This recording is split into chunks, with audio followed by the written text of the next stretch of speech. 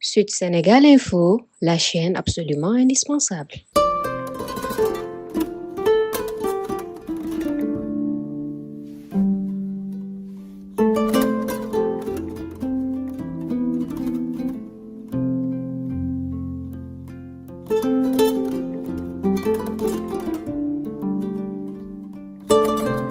La tenue de cette rencontre ici à Kolda, sous la présidence de Monsieur le gouverneur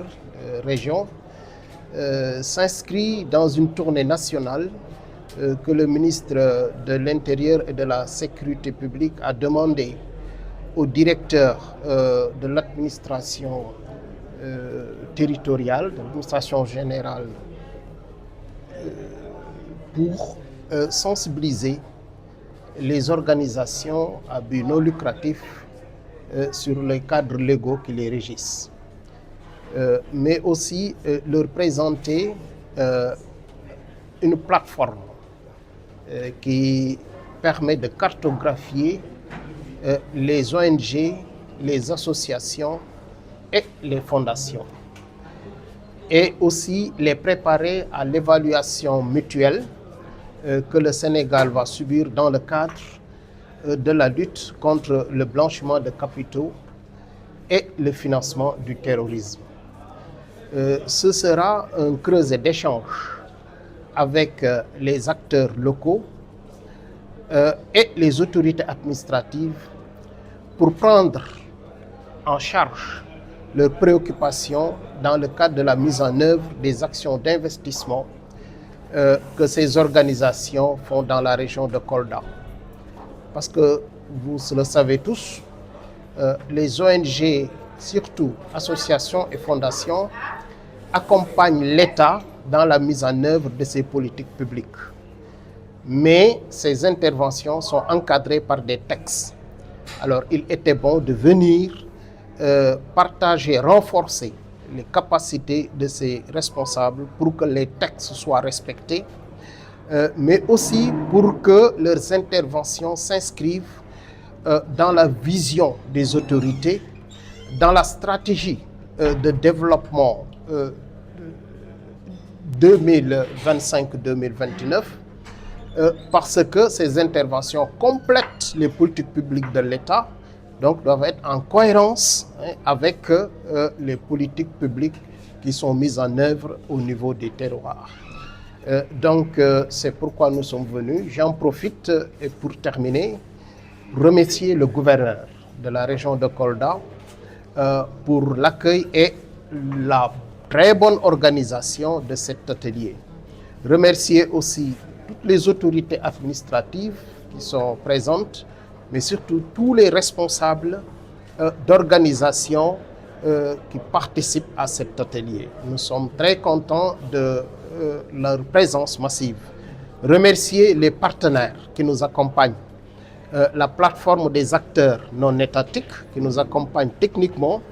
et qui met à notre disposition un outil qui nous permettra de cartographier, mais aussi de manager de manière dynamique les organisations sur tout le territoire national. Qu'est-ce que cela veut dire? Cela veut dire en un clic à Dakar ou en un clic, le gouverneur dans son bureau pourrait s'informer de n'importe quelle organisation inscrite dans cette plateforme. Et aussi remercier la GIZ qui nous accompagne financièrement, mais qui a mis à notre disposition aussi l'expert qui va échanger avec l'assistance sur la lutte contre les flux de financement illicites. Vous allez me permettre de quand même marquer le plaisir que j'ai à accueillir cette grande mission, cette forte délégation venue du ministère de l'Intérieur et de la Sécurité publique, constituée des cadres supérieurs, venus dans le cadre d'une tournée nationale, me féliciter de cette étape de Kolda. Cette tournée vise à partager, dans le cadre d'un atelier de renforcement de capacité, partager avec les acteurs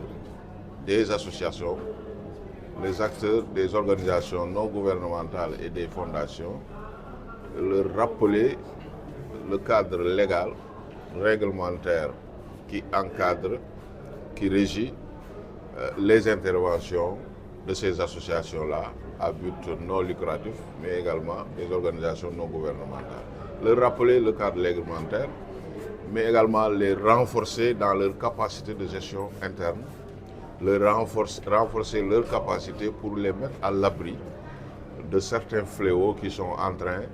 de gangréner l'évolution économique du monde des pays, surtout des pays dans subsahariens. Nous avons effectivement remarqué une présence massive des responsables des ONG ici à Kolda.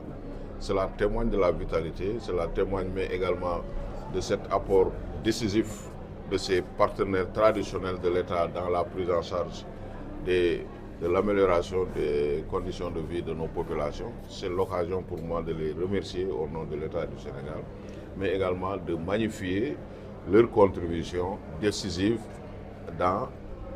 la mise en œuvre des politiques publiques. Mais cela n'empêche quand même que le ministère de tutelle, le ministère de l'Intérieur et de la Sécurité publique, à travers cette activité, cette initiative, voudrait que ces organisations non gouvernementales, ces associations-là, ces fondations-là, doivent également jouer le rôle qui leur revient dans cette lutte acharnée que nous menons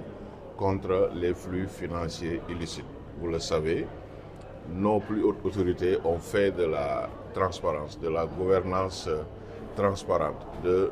la lutte contre le terrorisme et le financement du terrorisme des priorités au niveau national. On sait que dans ce monde en perpétuelle mutation, les stratégies de ces criminels, de ces hors-la-loi, font légion et ils peuvent passer par le canal de ces organisations-là pour financer des actes terroristes, mais également pour détourner de l'argent ou le blanchir. Nous avons un arsenal juridique, nous avons des cadres, nous avons des mécanismes et la direction du partenariat avec les ONG en est un pour le ministère de l'Intérieur et c'est à juste raison que cette direction-là puisse être mobilisée pour aller à la rencontre de ces partenaires que sont les ONG et associations, leur rappeler leur cadre juridique, mais également les former à mieux détecter des flux financiers illicites. Donc je me réjouis de la tenue de cet atelier-là qui, à n'en pas douter, constituera un temps fort dans la vie de ces ONG-là et les aiderait à, pour le futur et pour la postérité, les aiderait à mieux apporter leur contribution dans cette lutte que nous menons contre les flux financiers illicites. Sud Sénégal Info, la chaîne absolument indispensable.